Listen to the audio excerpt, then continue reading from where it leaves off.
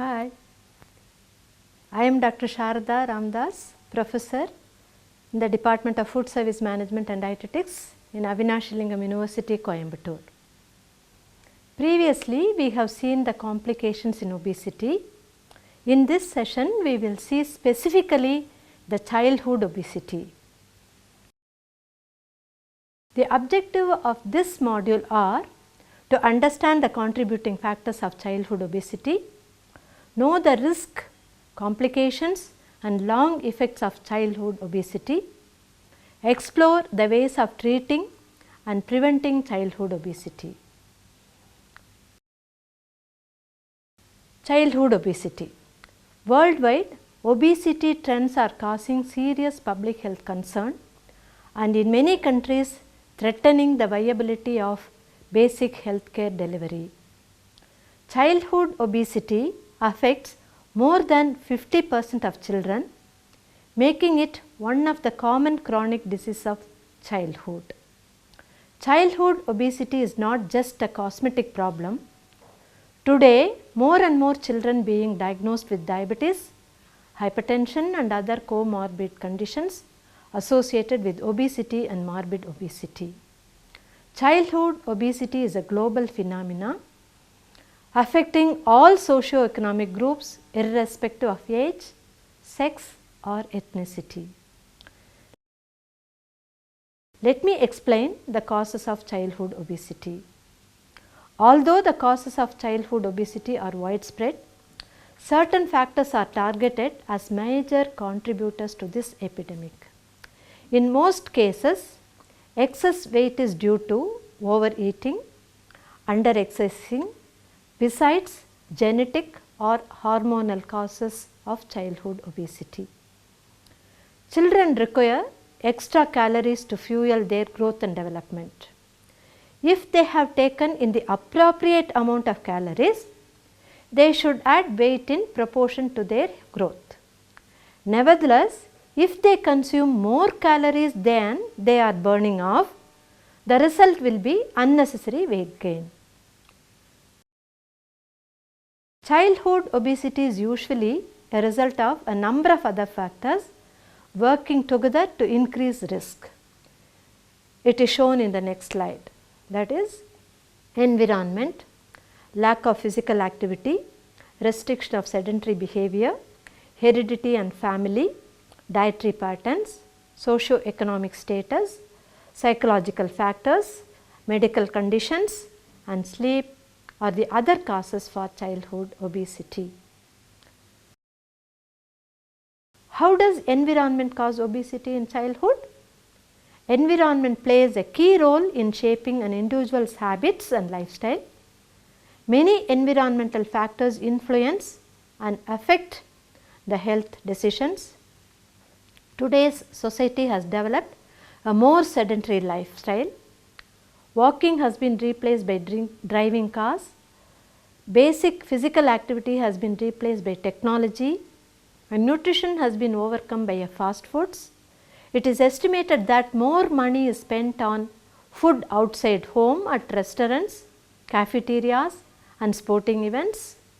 In addition, as portion sizes have increased, when people eat out, they tend to eat a larger quantity of food high in calories than when they eat at home.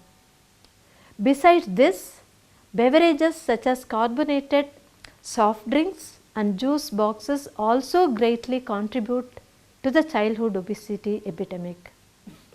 It is not uncommon for a bottle of soft drink to be marketed toward children, which contains approximately 400 calories. It is noted that 20% of children who are currently overweight are due to excessive calorie intake from beverages. Scientific studies have documented a 60% increase risk of obesity for every regular soft drink consumed per day. The next factor is lack of physical activity. School-aged children spend most of their day in schools where their only activity comes during breaks or physical education classes. Parents are more concerned about the safety of outside play and even to go to the corner store they rely much on cars rather than walking. Only 50% of children 12 to 20 years of age regularly participate in rigorous physical activity, while 25% of children report no physical activity. The average child spends 2 hours a day watching television, but 26% of children watch at least 4 hours of television per day. Because of these inadequate physical inactivity, they burn fewer calories and are more likely to gain weight. Another major contributing to the childhood obesity epidemic is the increased sedentary lifestyle of children. The growing use of computers, increased time watching television, video games, and decreased physical education in schools all contribute to children living a more sedentary lifestyle.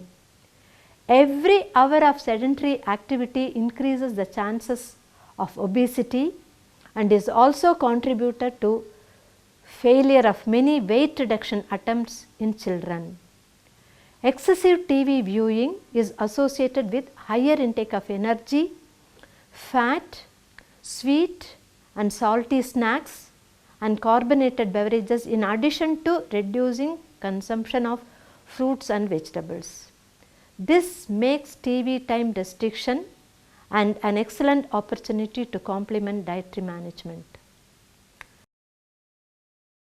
Science shows that heredity and family play a role in obesity. It has been proven that children with obese parents are more likely to be obese, especially if high calorie food is readily available and physical activity is not encouraged. Heredity contributes between 5 to 25% of the risk for obesity. However, genes alone do not always dictate whether a child overweight or obese. Learned behaviors from parents are a major contributing factor. Parents, especially of those whose children are at risk for obesity at a young age, should promote healthy food and lifestyle choices early in their development. Next, we will see dietary patterns. Over the past few decades, dietary patterns have changed significantly. Average amount of calories consumed per day has dramatically increased. Research shows that the calorie intake of children is increased by developing snacking habits and unhealthy lunch options. Children aged 2 to 6 who consumed snack had an extra 181 calories per day rather than the traditional nutritious food as compared to 2 decades earlier. Children prefer consumption of high calorie foods such as more of fast foods or junk foods, cookies and other baked items, soda, candy, chips and vending machine snacks, which contribute to weight gain rather than the traditional nutritious food. Furthermore, parents and guests greet the children with chocolates, candy bars, chips, fried items, pizzas and sweets. Food portions also play an important role in the unhealthy diet pattern that have evolved. The prevalence of extra large options and all you can eat buffet create a trend in overeating. Combined with the lack of physical activity, children are consuming more and expending less.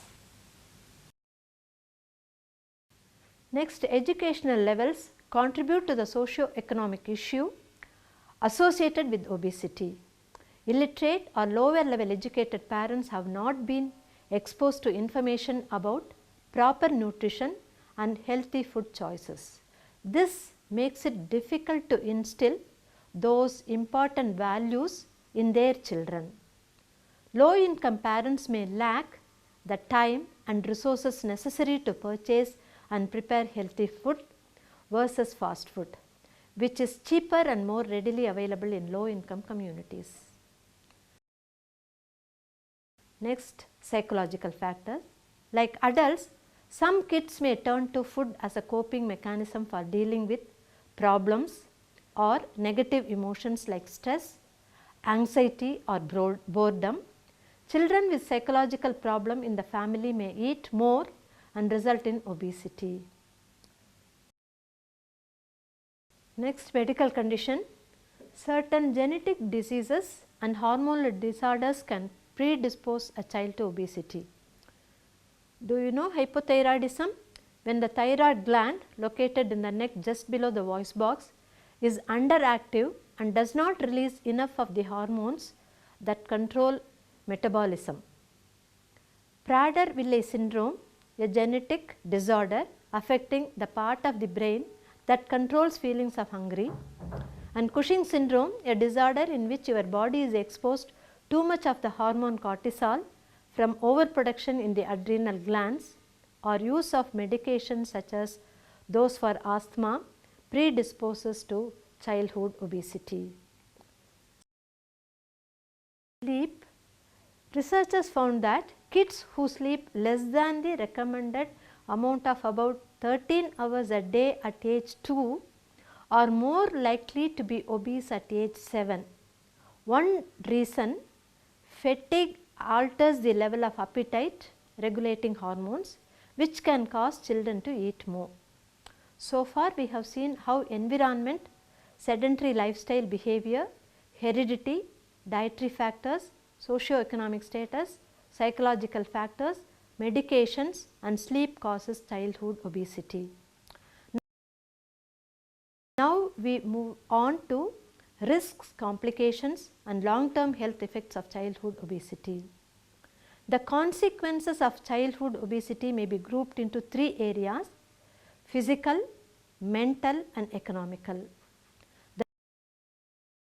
The known physical side effects of obesity are multiple and broad spectrum in character. There will be increase in risk of developing type 2 diabetes mellitus due to excessive insulin secretion and organ resistant to insulin. Second, menstrual irregularity and infertility. Third one, heart attack and stroke due to hypercholesterolemia or hyperlipidemia and hypertension. Fourth, pulmonary issue centering on asthma and obstructive sleep apnea. Orthopedic issues of bowel legs, hip instability, for example slipped capital femoral epiphysis. Metabolic issues like non-alcoholic fatty liver disease, gallstone and gastroesophageal reflux. Psychological consequences are equally as important as that of physical side effects of obesity. Lowering of self-esteem, often reinforced by teasing and bullying at school.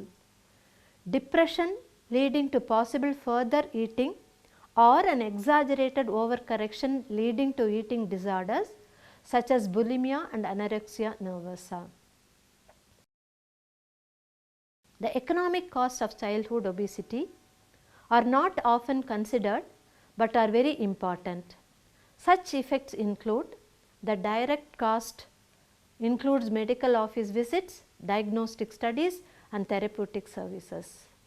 The indirect costs are both long and short term and include decrease in productivity, absenteeism and premature death. So, measuring obesity in children in terms of body mass index BMI and clinical assessment are essential to control the risk of obese children. Assessing the body mass index of children is more complicated than for adults because it changes as they grow and mature. In addition, growth patterns differ between boys and girls. Thresholds that take into account a child's age and sex are used to assess whether their BMI is too high or too low. These are usually derived from a reference population known as a child growth reference with the data presented in BMI centile charts. In a clinical assessment, a child or young person or above the 98th centile is classified as obese. A child or young person on or above the 91st centile but below the 98th centile is classified as overweight. When monitoring and comparing groups of children and young people, BMI Z scores may be used.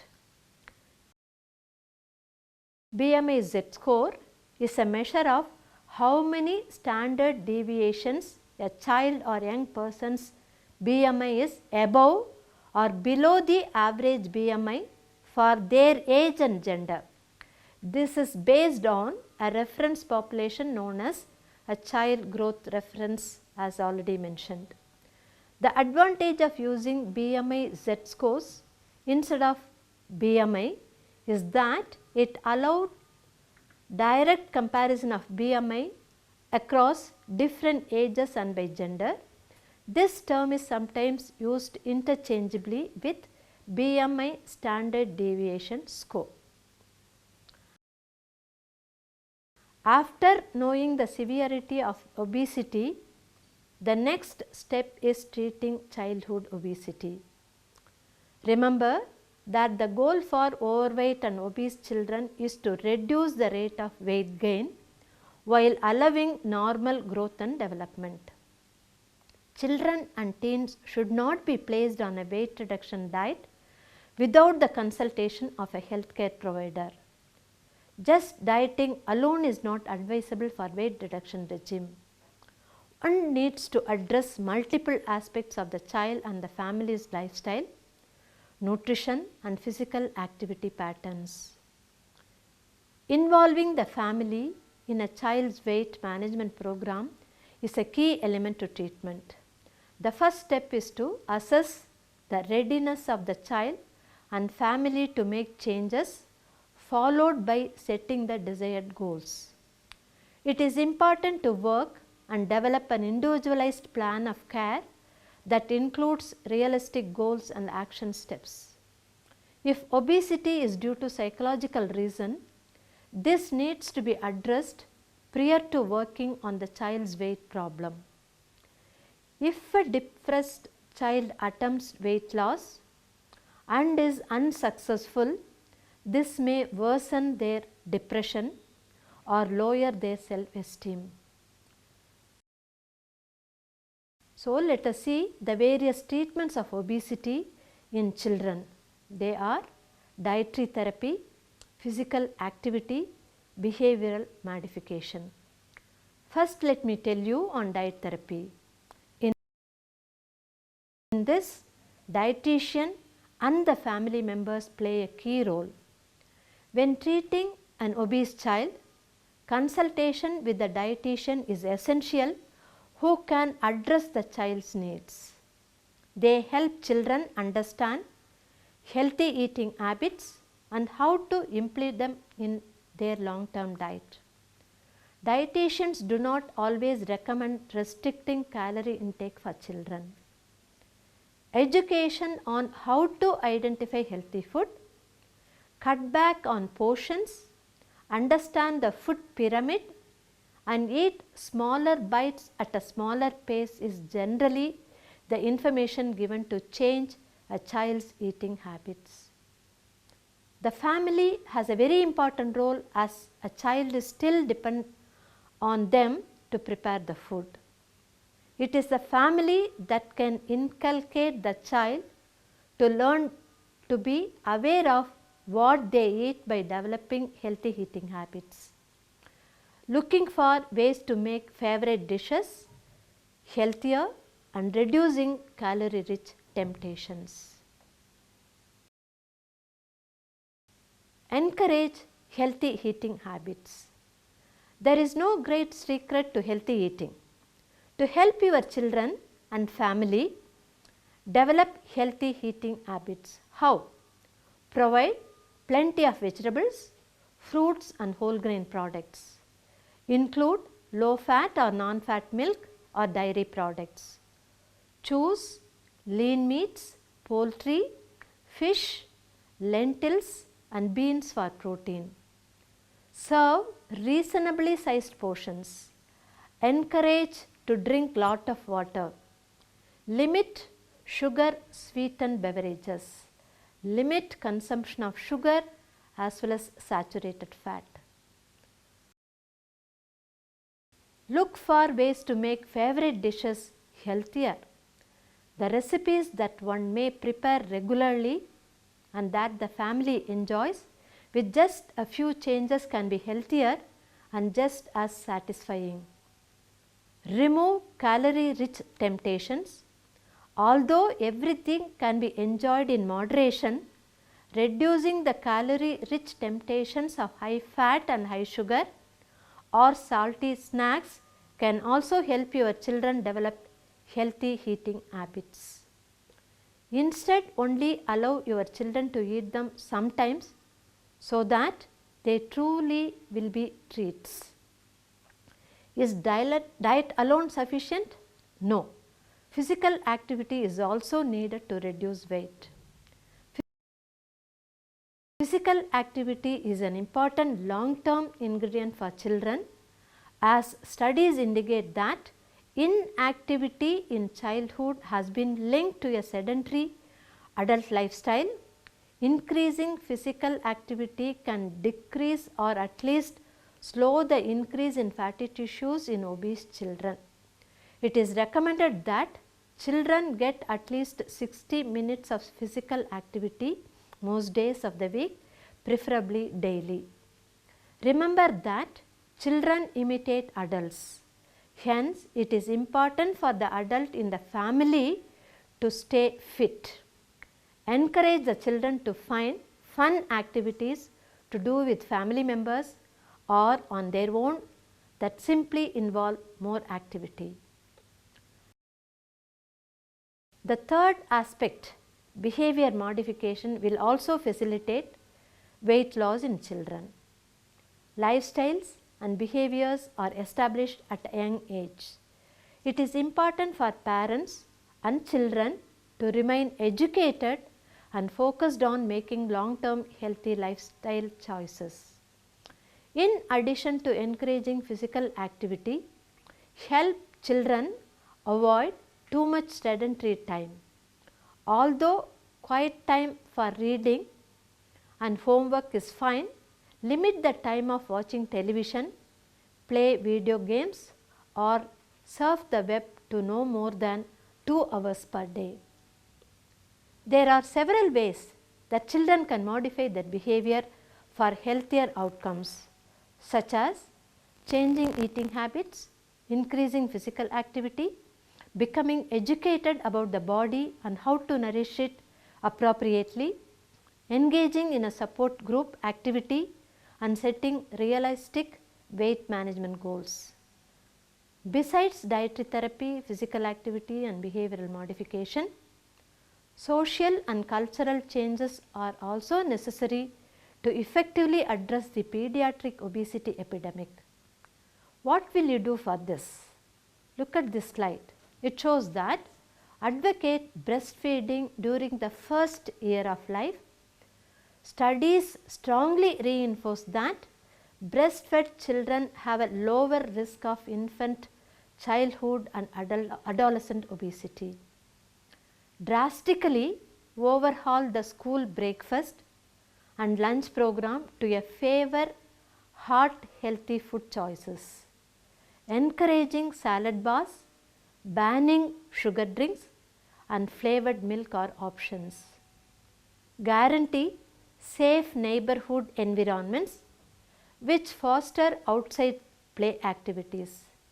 Limit TV, computer, social network communication or other activities which encourage sedentary behaviors among children. Encourage vigorous physical education program for 60 minutes daily. Revamp restaurant portion sizes. Studies had repeatedly demonstrated a link to the rise in pediatric obesity with fast food restaurants' adoption of supersized portions as well as the bundling of food options. For example, hamburgers, french fries and soda. Instead, use traditional healthy snacks. Encourage the development of activity, friendly infrastructure in communities, bike lanes, regional parks, etc. Many studies have shown that the social and cultural changes above must be accompanied by a strong family and community support structure, without which these approaches often fall short.